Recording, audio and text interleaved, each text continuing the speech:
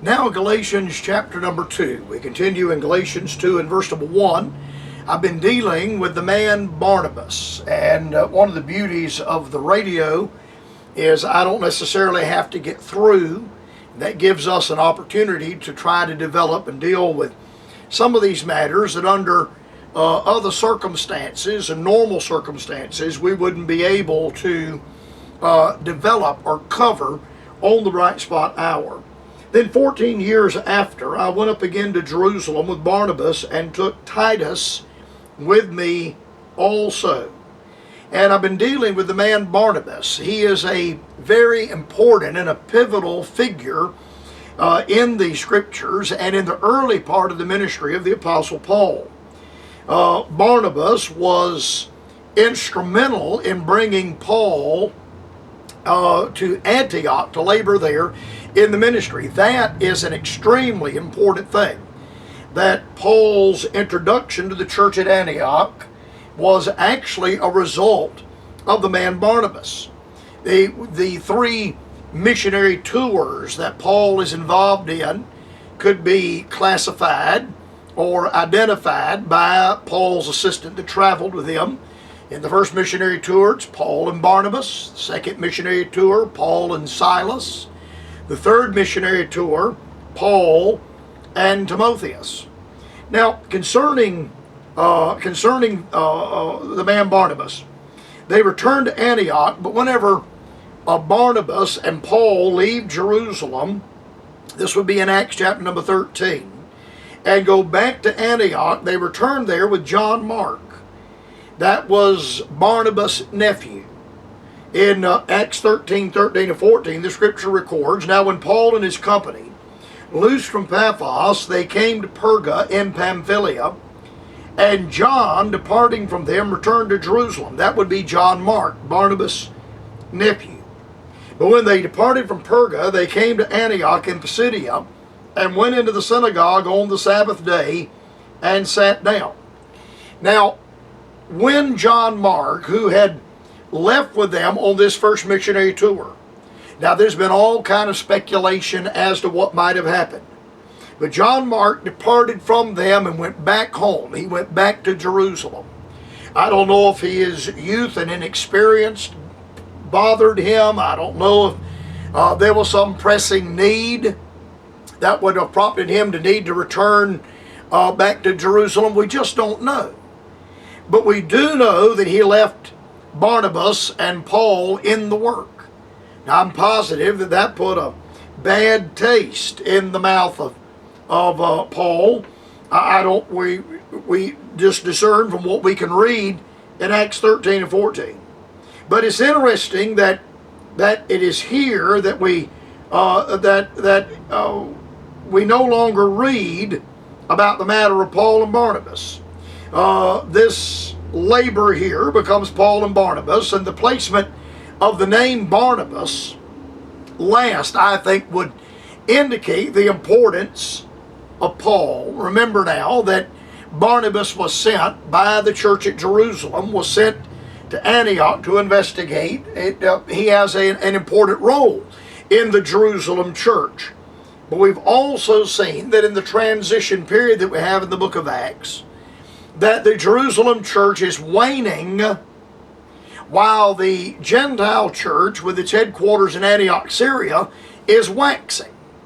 The church at Jerusalem is waning in influence and waning in power and waning in importance, while the church in Antioch, I think the mystery, the body of the New Testament church, is moving forward.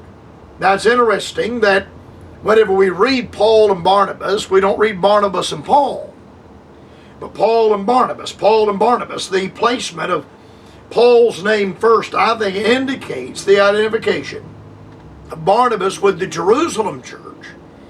And by identifying Paul first in these missionary tours, identifies Paul with the Gentile church, the revelation of the mystery. We don't read Barnabas and Paul, we read Paul and Barnabas. Now, after this first missionary tour has come to an end, now remember that Barnabas' nephew, John Mark, has departed from them while they were on the field.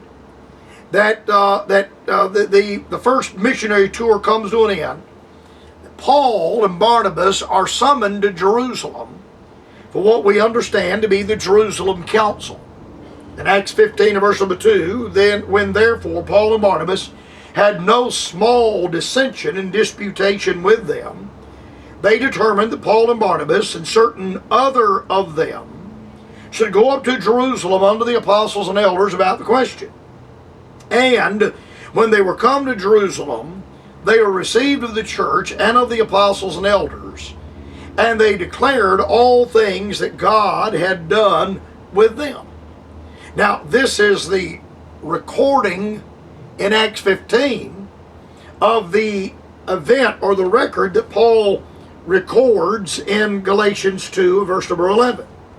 But when Peter was come to Antioch, I withstood him in the face, because he was to be blamed. For before that certain from James, he did eat with the Gentiles, and so on.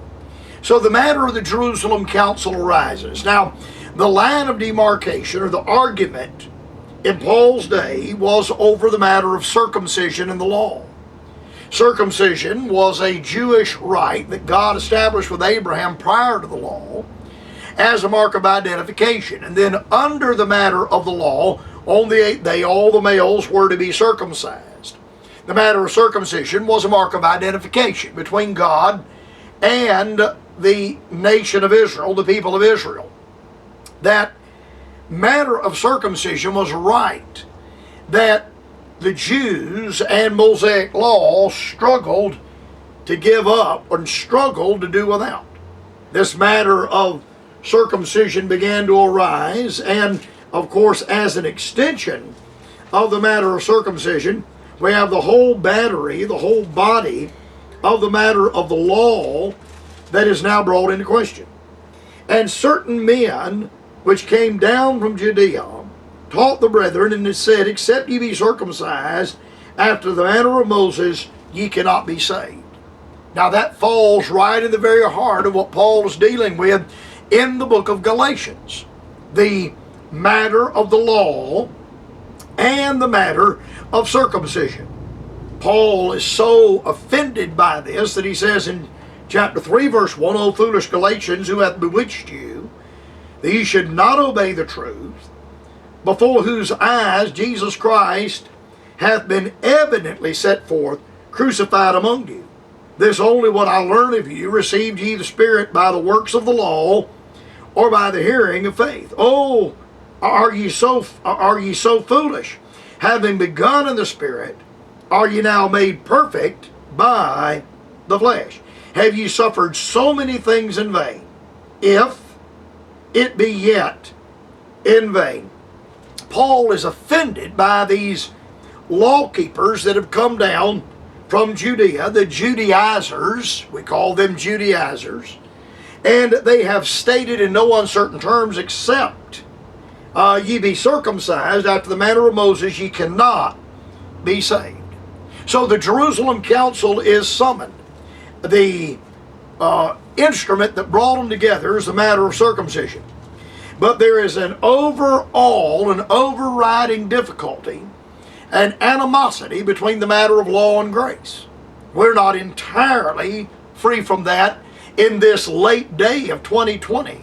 We're not entirely free from this, the matter of law and grace, and the inability of law and grace to work together in harmony still rises and still causes trouble in the day that you and I live. Now, after the Jerusalem Council has come to an end, I'm still dealing with the man Barnabas.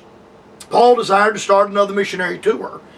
And in fact, in verse number 36 of Acts 15, and some days after, Paul said unto Barnabas, let us go again and visit our brethren in every city where we have preached the word of the Lord, and see how they do. Now you remember that John Mark, the nephew of Barnabas, had returned from Jerusalem with his uncle, and then left in the first missionary tour and went back to Jerusalem, leaving Paul and Barnabas on the mission field. Now, Uncle Barnabas is determined that he's going to take nephew John Mark with them. He's determined that he's going to go with them as they strike out on this second missionary tour. And Paul the Apostle is opposed to this, seeing that John Mark departed earlier and returned home. In fact, the record can be read in Acts 15, beginning at verse 37. And Barnabas determined to take with them John, whose surname was Mark. But Paul thought not good to take him with them, who departed from them from Pamphylia, and went not with them to the work. And the contention was so sharp between them, that they departed asunder one from the other. And so Barnabas took Mark and sailed to Cyprus. And Paul chose Silas, and departed, being recommended by the brethren unto the grace of God. And he went through Syria and Cilicia, confirming the churches. Now, I'll have more to say about this later. But after the Jerusalem council breaks up, it's interesting that the Jerusalem church sent Paul and Barnabas to Syria and Cilicia to see how the brethren were doing and to confirm the churches. After this point, Barnabas falls out of the canon of Scripture. He goes back to his hometown of Cyprus. And Paul and Silas fulfill the commission from the Jerusalem church going into the area of Syria and Cilicia. Now, my time has gotten away from me on the program today, and I cannot develop this. The Lord willing, we will pick up here and move forward by the grace of God on Monday.